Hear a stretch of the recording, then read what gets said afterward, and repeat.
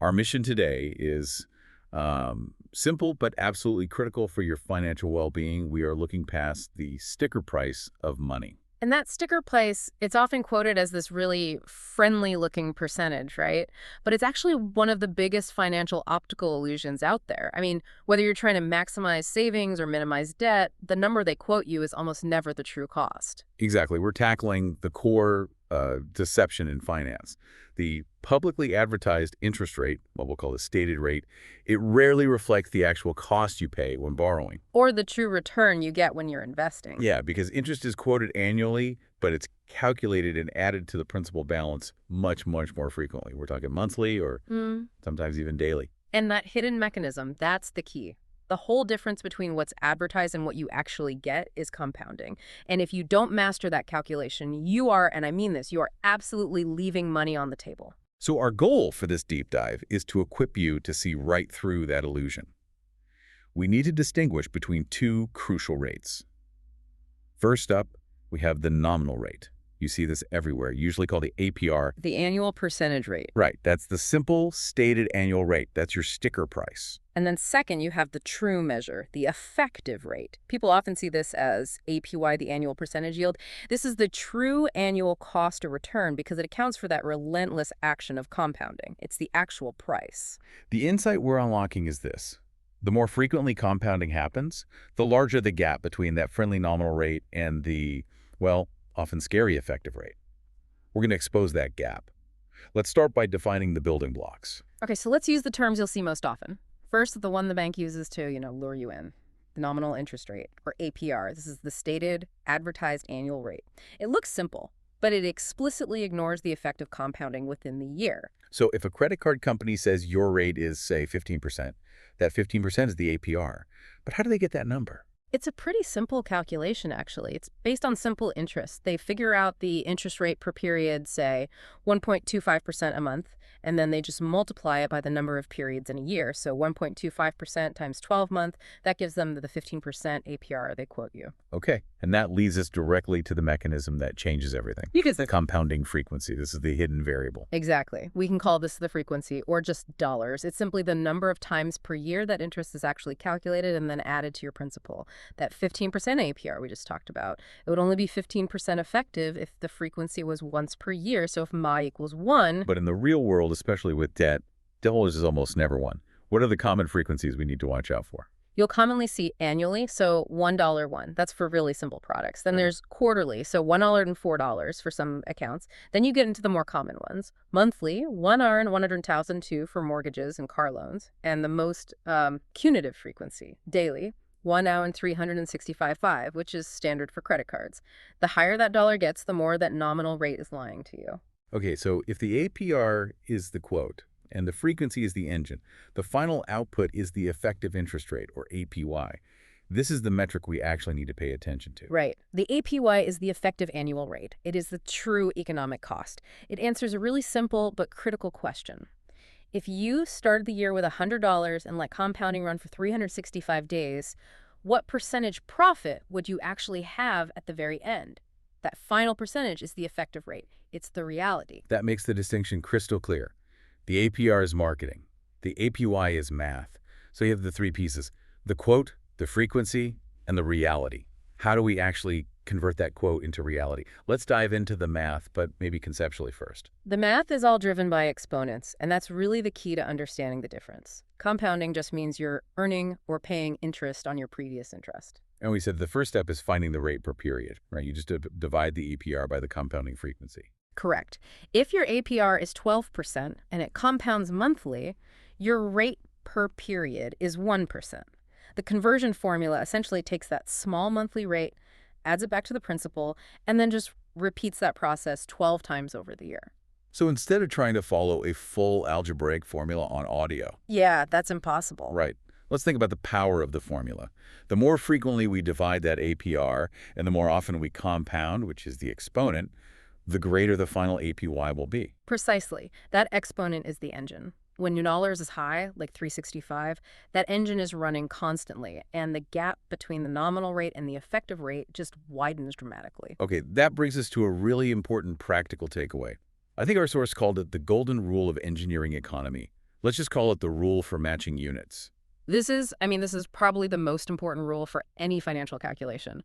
Without it, your numbers are just garbage. The rule is simple. The interest rate you use and the number of periods you calculate for must always have the same time units. And why does this mismatch happen so often? Because people mix things. They mix annual quotes with monthly payments or weekly payments. Let's use the exact scenario from our sources. You have a loan with monthly payments, and it's for 5 years. The quoted rate is 12% APR compounded monthly. Okay, so the immediate incorrect approach, the mistake everyone makes, is plugging in MEALI equals 5 years and ELI equals 12%. You're mixing years with a percentage that's based on months. That's right. If you did that in a spreadsheet or on a calculator, you get a completely wrong answer. The machine doesn't know what you meant to do. So the correct approach is matching the units. We have to convert everything to the smallest unit, which in this case is months. Yep. First, the duration. 5 years times 12 months per year gives you 60 total months. Second, you convert the rate. 12% APR divided by 12 compounding periods gives you a true rate per period of 1%. So instead of using 5 and 12%, you do your entire calculation using NEAL and 60 others, 9 and 1%. That is such a vital distinction. You're solving the problem at the period level, not the annual level. And that ensures the math actually reflects the economic reality of cash flowing monthly. Never, ever mix those time frames. That golden rule is the perfect setup for our real-world case study, which is where this technical stuff pays off in actual dollars and cents. We're talking about the APR trap and how credit card companies use it. This is where they profit specifically because people fail to run that conversion. We're looking at the famous Schumer box, that mandatory table in the US that summarizes credit card terms. And what's the biggest, boldest number they display? The APR. The APR, the nominal rate. It's the most appealing number they are legally required to show. Okay, let's run the numbers on a pretty common scenario. You get a credit card offer, stated APR of 24.99%. A listener, like you, carries a balance of, say, $5,000 for a full year. The initial assumption is natural. The listener thinks, okay, I'll owe roughly $1,250 in interest, right? 5,000 times 0.2499. And that would be true only if interest was calculated once a year. But the hidden reality is that almost all major credit card issuers use the average daily balance method. So what does that mean for our compounding frequency, our dollars? It means interest is compounded daily, so $1 equals 365. This is the financial lever that just extracts extra profit. Okay, let's put those numbers into the conversion machine. Right. We're taking a 24.99% nominal rate and compounding it 365 times a year. What happens to the effective rate, the true rate the listener pays? When you run that conversion, dividing the 24.99% by 365, adding it to 1, raising it all to the power of 365, the calculated effective annual rate, the rate you actually pay, jumps up dramatically. Give us the number. The effective annual rate is approximately 28.39%. Wait, so the card advertised 24.99%. But because of daily compounding, the real economic cost is over 3 percentage points higher, 28.39%. How are they allowed to advertise the lower number when the higher one is the reality? It's a legal definition loophole. The Truth in Lending Act defines APR as the nominal rate. It's just the standardized quote.